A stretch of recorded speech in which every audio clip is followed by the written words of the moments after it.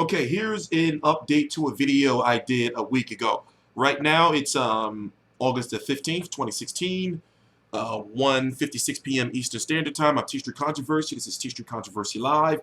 Our WBA interim champion, heavyweight champion Luis Ortiz, has been having issues with his promotional company, Golden Boy Promotions. It is said, rumored, alleged that he wants out of Golden Boy Promotions, and it is now official that his fight against Alexander Ustinov, a very big fight in my opinion, has been pulled from the Canelo versus Smith pay-per-view undercard.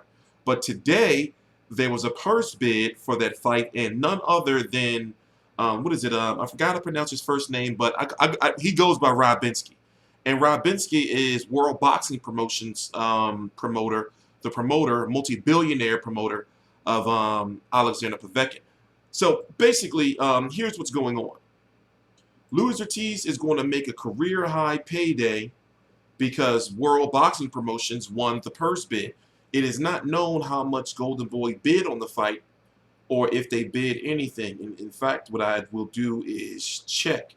Now, I said that Luis Ortiz, if he would have, scrapped. Okay, if he wouldn't have fought Alexander Ustinov, then he would have lost his WBA interim title. And at 39 years old, he would have blew the potential chance of getting the winner of Klitschko versus Fury.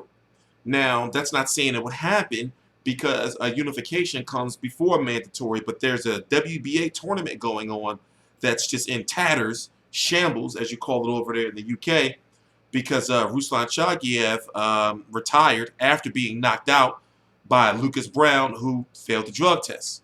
Then Klitschko and Fury, the first fight was postponed, and then this fight was postponed. So basically these guys, it's been taking a long time for these guys to get into the ring. But the point is, if Luis Ortiz keeps playing his cards right, he's going to get a big fight. People are saying, no one wants to fight Luis Ortiz. He's being avoided and all that. If you look at what Golden Boy Promotions has done for his career, in my opinion, they have done pretty well by him, by getting him, what was it? He's had 2 headliners on HBO and 1 headliner on HBO Latino, if I'm correct. I know the Tony Thompson fight, he headlined on HBO. The Brian Jennings fight, he headlined on HBO. And then he had another fight before that. And at 39 years old, and then he would have been on his way to being on the Canelo versus Smith pay-per-view undercard, and then maybe have gotten a bigger fight after that. If he beats Alexander Ustinov, or would have beaten Alexander Ustinov, and I was thinking, well, damn, why is he trying to pull this promotional shit now, where he should, if he has some beef with his promoter, I understand that he wants to make money, and he's up there in age, he's damn near 40 years old. Just ride it out, keep winning, hold on to your title, and in a year or so, you will have more leverage to be able to get out of your contract. But it seems as though somebody may have talked some sense into him, because him versus Alexander Ustinov is going the right way, and it looks like Ryabinsky is really trying his best to bring big-time boxing to Russia and spending major bread to do so. He really did Luis Ortiz a favor, because if he was having issues with Golden Boy not paying him the money that he deserved, or he felt he deserved by not bringing any ratings, or not bringing any big ratings, or not fighting really, really big fights, then he's going to make about $400,000. Now, I know it's not the $1 million that fans are used to seeing fighters making because of PBC, but those fighters are not making that much money anymore. And in my personal opinion, in this boxing, political, economic, financial, landscape, and I'm not no, master economist or, financial analyst. I said that before. That's good money for him, and it's good money to set him up for a potential big fight later on.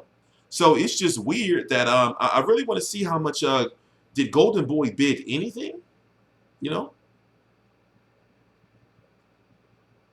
Okay, let me read what was told to the manager of Luis Ortiz, was told the boxing scene. We're hoping the fight takes place in the United States so we can showcase Ortiz. We'll fight anywhere, but we would rather stay at home. If the money is right and Ustinov team win the purse bid, we'll fight whenever, wherever we've got to fight. we're not going to walk away. You know, so Alexander Ustinov is also not very. He's not a bad fighter. His only loss is to Kubrat Pulev. He's about 6'9", 6'8", 6'9", 300 or so pounds. He's got very good hands. Not much mobility, but he's got very good hands. Like almost like kind of like Andy Ruiz. You know, Kubrat Pulev in a way. You know, he's not going to be a guy that's going to be moving around. He's not going to be a guy that's going to be throwing body shots. He was actually getting ready to fight Tyson Fury. You know, but Tyson Fury pulled out of the weigh-in because his uncle had died. He was a step in for Derek Chisora. Also, he put an end to David Tua's career. And as I said, his only loss is to Kubrat Pulev. So this is a very, very good fight. You know, on paper, you know, and outside of Brian Jennings, the biggest fight of Luis Ortiz's career. So I'm highly interested in seeing it. I'm wondering if HBO is going to pick it up. If it happens in Russia, you know, hopefully they'll you know, Ryabinsky seems to be pretty smart, and they'll put it on, you know, like on a Saturday, so that it'll come on in the afternoon over here, so that HBO can pick it up. You know, but Ryabinsky was given. Remember, Ryabinsky was given Showtime like major issues. It was all the way up until fight week. It wasn't even known whether, you know, the Povetkin fight, you know, versus Wilder was even going to be on American television.